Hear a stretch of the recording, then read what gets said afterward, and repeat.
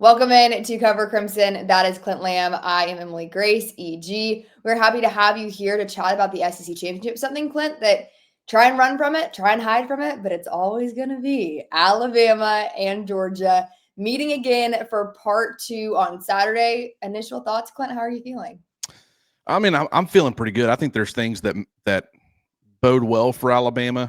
Obviously, there's some concerns. There's some things that you have to do that maybe you haven't done, or repeat some things that you did in the first matchup that could really help you. But overall, I mean, Alabama has seemed to play well against Georgia. You got to think a lot easier probably to go to Atlanta than it is to go to Athens. They're both in Georgia, but it's going to be a lot more of a balanced crowd. Still think it's going to be pro Georgia, understandably so. But overall, I think that it's not going to be nearly the same hostile environment that it was going to Athens. And I think Alabama's offense handled that, hostility really well from a communication standpoint.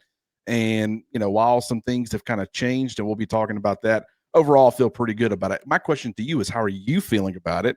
Because, I mean, you got to think 24-21 final score. Alabama got a 14-0 to start that game. And then from that point forward, Georgia outscored them 21-7. So a lot of people would say for the final probably 3/4 of that football game, Georgia was overall the better team.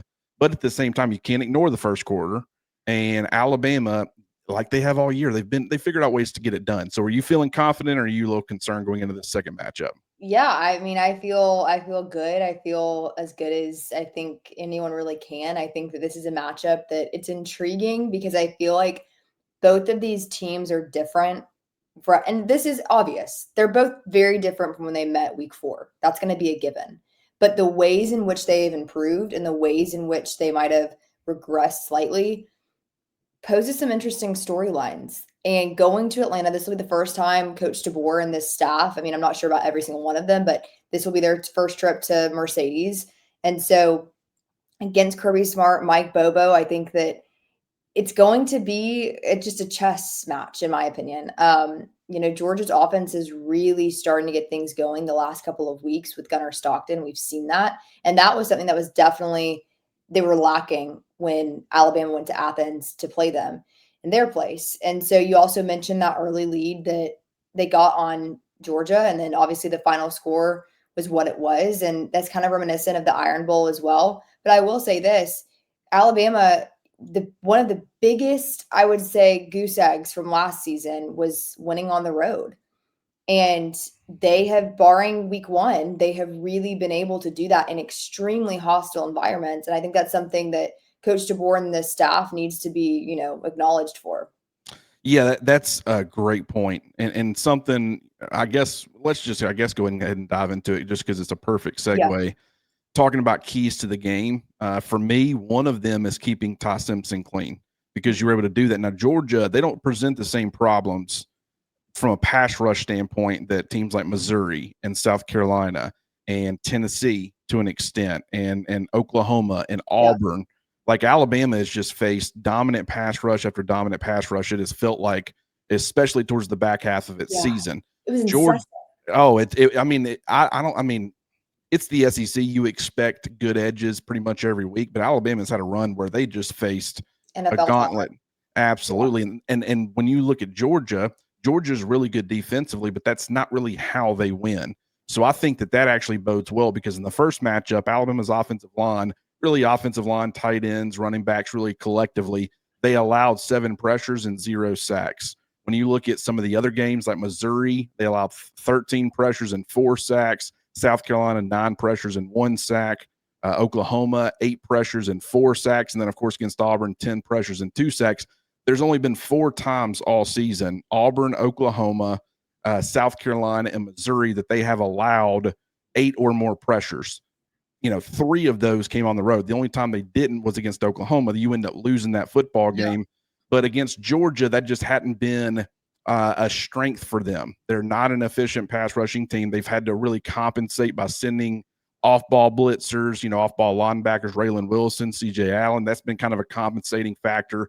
But overall, I think keeping Ty Simpson clean in this football game is going to end up making a massive difference, because when you talk about his struggles, a lot of that has stemmed from pressure and Yeah. being sped up as far as the timing and rhythm of his throws. If he can have time to sit back there, I think he's in a much better position to be successful. Well, in 2 of his touchdown passes to Isaiah Horton came off his back foot in That's a good point. very pressured situations, and so giving him that time, that's obviously a given for most quarterbacks, but specifically with what we've seen from Ty.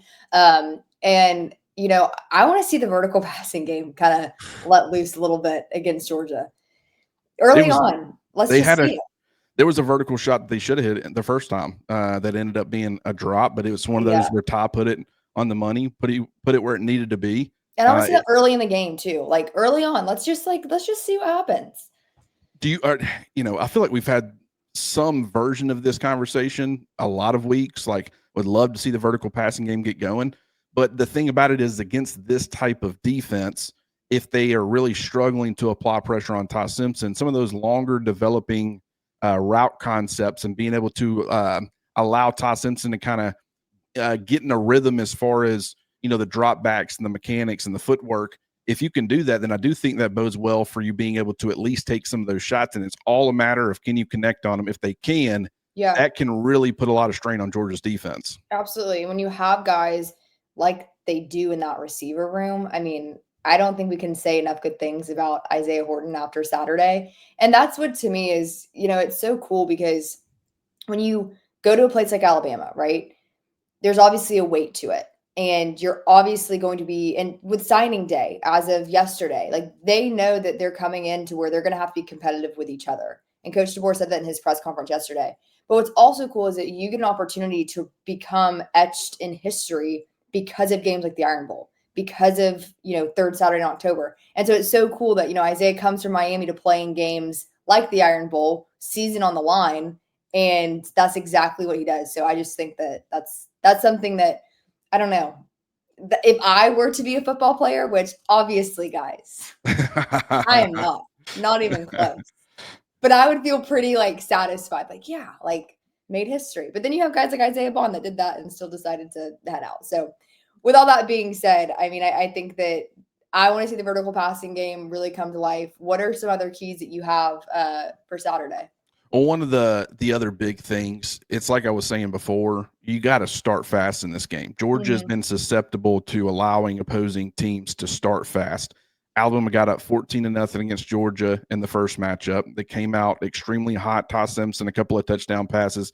And then from that point forward, they were able to fend off Georgia, trying to mount a comeback, and, you know, obviously made it extremely close, but ultimately came up short. And Yeah. so, like, if you can start fast in this football game and you can really put that same pressure on Georgia, especially their offense, like, it does look different. Gunnar Stockton's throwing the football really well right now. Yeah. Granted, didn't have his best performance against Georgia Tech, but really, you know, they didn't rely on him a lot in that first matchup. They'll rely on him more in this one.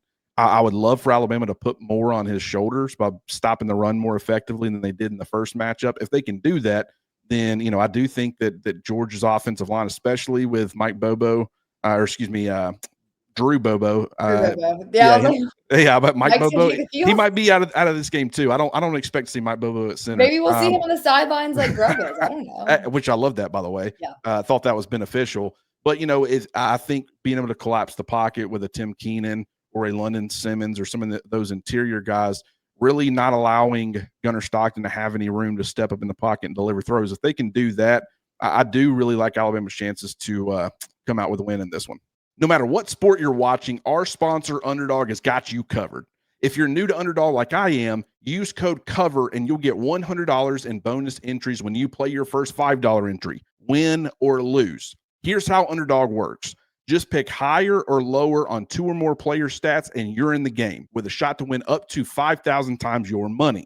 I've already locked in my picks for the SEC championship game, starting with Ty Simpson going higher than 32.5 pass attempts. Over his last 4 SEC games, Simpson has averaged 38.8 pass attempts per game, and with Jam Miller likely to be out on Saturday, Alabama could be forced to continue to lean on Simpson's arm and its passing attack. Another player stat projection that I like for Saturday is Ty Simpson going higher than 8.5 rushing yards. It feels like Alabama started to lean a little more on Simpson's legs to add another wrinkle to its offense, and that includes 8 true carries against Auburn last week in the Iron Bowl. Not only that, but I'm also not worried about Georgia's defense creating a lot of sack yardage for Ty Simpson. So I feel confident that he'll at least be able to get to 9 rushing yards in this matchup. So I've already locked in my entries for the weekend. Now it's your turn. And once again, if you're new to Underdog, you can use the code COVER and get $100 in bonus entries when you play your first $5 entry, win or lose. Remember, that code is COVER.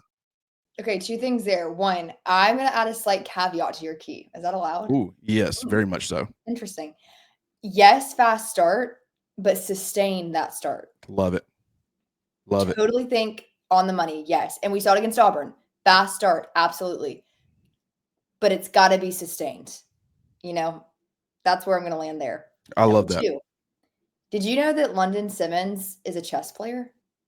No. Little Queen's Gambit? No. Oh, I've watched the first 2 episodes of the Queen's Gambit, and I've been told that I really need to watch it. Yeah, wait a minute. How do you get through 2 episodes and then not finish it? I was in the right headspace, I guess. I don't know. I mean, it's a great show. I mean, I had to be talked into it heavily. I was like, I'm not watching some girl play chess. I think that's what the problem is like I wasn't giving it a fair chance. Now, my favorite movie, not that these are really at all similar, but a little bit, Molly's Game. We've talked about that. Yes, we have. But yeah, so London, we did a walk and talk. And I asked him where, like outside the facility, what can we find you doing? And he was like, hang out with friends. Or no, he said, I like to hunt, I like to fish, I can play chess. I said, London, we lead with that. Wait, hang on. Gifted, huh? Wait, who does he play with? There's probably none of his teammates are really chess players, if I had to guess, or not too many of those if there is. That's a great follow-up, Clint. That's why you might take my job one day, because I did not follow up with that. Maybe it's the app. I don't know. But I was so, when did you learn how to play? He said that he was in a gifted program and that you could like choose a hobby, right? And so he picked chess. He likes to play chess.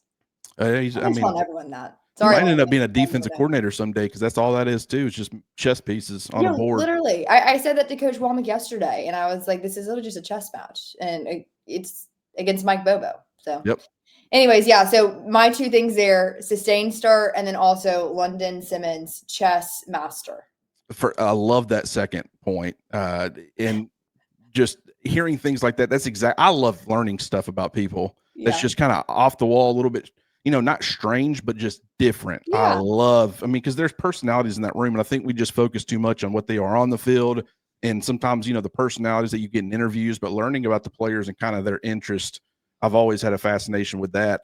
To your first point, I think that it's something that Alabama has really struggled with. They've gotten out to fast starts, and just their inability to sustain, especially, you're coming off that Iron Bowl where you got up 17-0, and it did really feel like this is it. This is where they turn over a new leaf and they make a statement, and they put their foot on Auburn's throats and put this one away early and dominate the football game start to finish. And considering how everybody thought it was going to be close, that's a massive statement. Mm-hmm. And then, of course, it was a lot more of the same. Now, here's what I'll say. While that is a concern to some extent, the fact that, against Georgia, anytime that they have established those early leads and really taking control of the game, even though they've allowed the opposing team to get back in it, it's never a situation where you blow it and then you allow that momentum to carry into a loss. Like even against Georgia last year, you jump up, you're kicking the mess out of them in the first half. You allow them to slowly start chipping away at it, get back in the football game, and even take the lead. And for a lot of teams, that is it. You are done at that point. This idea of you blowing this massive lead, a 17-point lead against Auburn, from a momentum standpoint, from a mindset standpoint, you're toast. And yet Alabama's been able to refocus late in all of those situations and figure out a way to win. That, I think, should be something that we talk about more, because there were struggles last year. That was something that, you're talking about Georgia and just the way that whole game emotionally set up. I thought that was a great starting point on that, and they've really continued to build on that this season. But you do have to be able to sustain, because Georgia is like one thing about them is they've started slow in a ton of games, and they always start getting going. Always. And so they're going to make their charge, and you've got to be able to withstand that. If you can, then once again, I like Alabama's chances. Yeah. Anything else for keys? What else are we chatting about here, Clint? Well, we don't know for sure if Jan Miller's going to be playing or not, but regardless, you've got to be able to run the football more effectively than let me say this, it has been more effective in the last 3 weeks. 100%. Completely agree. You saw it against Oklahoma. You Yep. saw it against Eastern Illinois, but we all are going to chalk that up too. That's Of Eastern course. Illinois. But then Auburn and going on the road, like these were run defenses where it's like, let's just go into the game and just assuming you're not going to be able to run. And can Right. Ty Simpson handle that pressure? And yet they go into both of those two games and they're able to establish a fairly consistent run game. Now, Auburn, over the course of the game, it kind of trailed off a little bit, but early on when they really needed to establish some things, they were able to do it. Now, what I'm hoping is that if you can get that type of performance with or without Jam Miller and not having him based off of how he looked last week, that's a huge loss in my opinion. But if you can get that from Daniel Hill and maybe A.K. Deere or Draylon Washington, anything to kind of establish that run, Ty's got to be able to take advantage of that in the passing game because not only Georgia's not going to be able to capitalize with its pass rush like a lot of these other teams have been. So if you can establish the run against them, which that's always going to kind of be Kirby's primary, is we're going to prevent you from running the football at the expense, in my opinion, of sometimes the types of players that they get don't have the ability to get after the quarterback consistently. If you can run the football, you completely throw that defense off its game.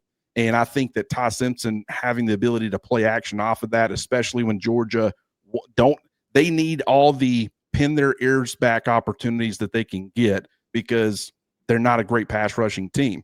Well, if in those instances, first of all, they're not able to get into many of those, plus they're not going to win a ton of them. Yeah. That really starts to stack and bode well for Alabama. So that's a critical piece of this is Alabama has to be able to not necessarily dominate running the football, but if you can get what you got against Oklahoma and what you got against Auburn, that really does set up well for Alabama. I think, too, one thing to point out on both teams that this time of year, everyone is just beat up. I mean, and as Tim Keenan likes to say, if you're not beat up this time of year, you're not playing hard enough. And so that's going to be interesting to kind of see as we get closer. Obviously, injury reports came out last night, but we're 2 days out, and that's definitely something to just be kind of considering that this is both sides, both teams. It's just everyone's beat up this time of year. I guess we'll go ahead and talk about it because we're going to get comments and questions. I don't really know you and I talked off screen about LT Overton. He popped up on the injury report. He's already listed as out. It's not questionable. It's not, probable. It's not doubtful. He's out. And that's out of left field for me. I know really you don't have any information on that. I don't know if anybody really does. But what I will say is what we can address, because we don't know what's caused that, is you're going to see some Jordan Renaud. Yeah. You're going to see some, I wouldn't be surprised if maybe, Keon Keeley for sure, because Georgia goes so much 12 personnel, you're going to see a lot of 3-4 looks from Alabama. So you're going to see Quay Russaw and Yanze Pierre on the field at the same time. What a duo. Yeah, and I love that. I love this idea. I'm really looking forward to it. I want to see what they can do on that front, getting them both in the field. Because in the first matchup, Yanze wasn't Yanze quite yet. He had just – that's when Quay got hurt, and they were starting to turn to him, but he wasn't quite that player yet. And then Quay, I really liked what he had done through the offseason. I think that the first 3 games of the season, he wasn't really given a whole lot of an opportunity to make a massive impact with the way things set up.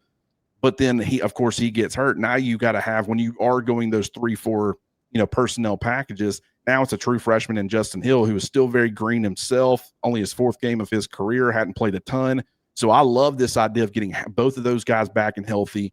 Tim Keenan being 100% healthy now. He was not in that first matchup. He had just got back, coming off a tightrope surgery. Normally it takes a couple weeks even when you get back.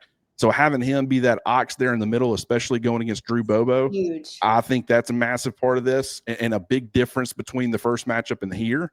But LT Overton, they're going to have to probably rely a lot on Jordan Renaud on Saturday without having LT Overton available. Yeah, we'll continue to get updates on him. But, at this point, we know that's what I thought was so strange is they just right out the gate, you didn't even know anything was going on. Now, I haven't heard anything, and I've tried to keep up with it. I haven't seen anything regarding LT Overton, and people can correct us if we're wrong. But that's one of those where just right out of the gate they come out and say he's out. That was surprising to a lot of people. And it's just, it's a big game. Alabama could have really used LT. LT, I think, he was an underrated piece against Auburn. I didn't realize just how disruptive he was in that football game.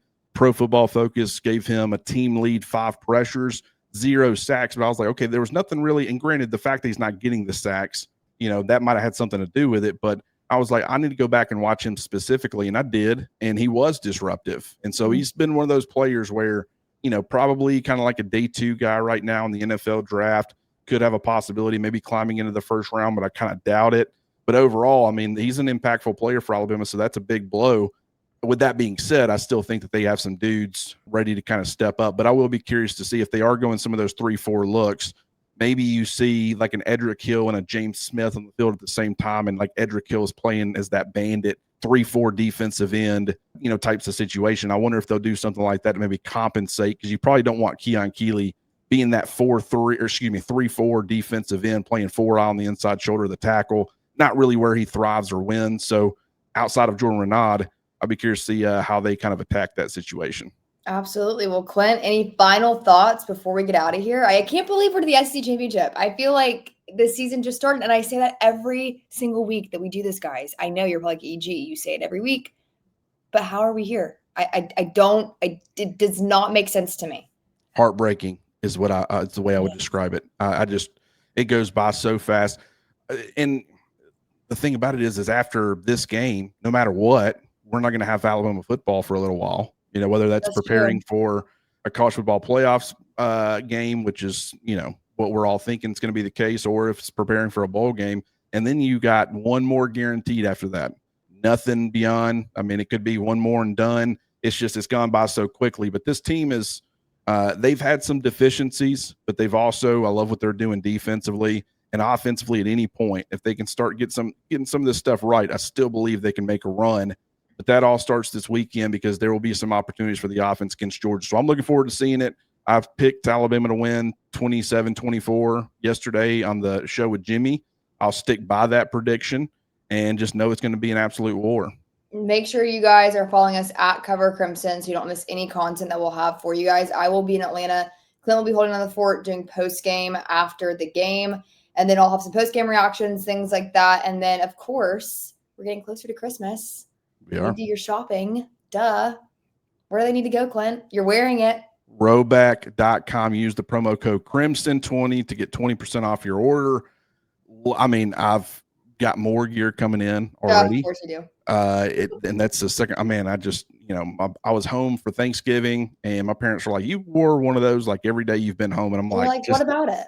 Yeah, just understand. I mean, it's going to start looking really weird when it's 87 degrees outside and I'm still wearing it, but I love it that much. So, their polos and stuff are great too. I just might need to make the transition to the polos. My wife actually found one that she said I have to get. That's an Alabama polo that she said that she thinks would look good on me. So when the wife tells you that, it's pretty much saying, go spend some money. Yes. All right. Because she's not going to get it for me, but it's my job to go make sure I look as good as I possibly can for the wife. So that's definitely in the play and in the cards.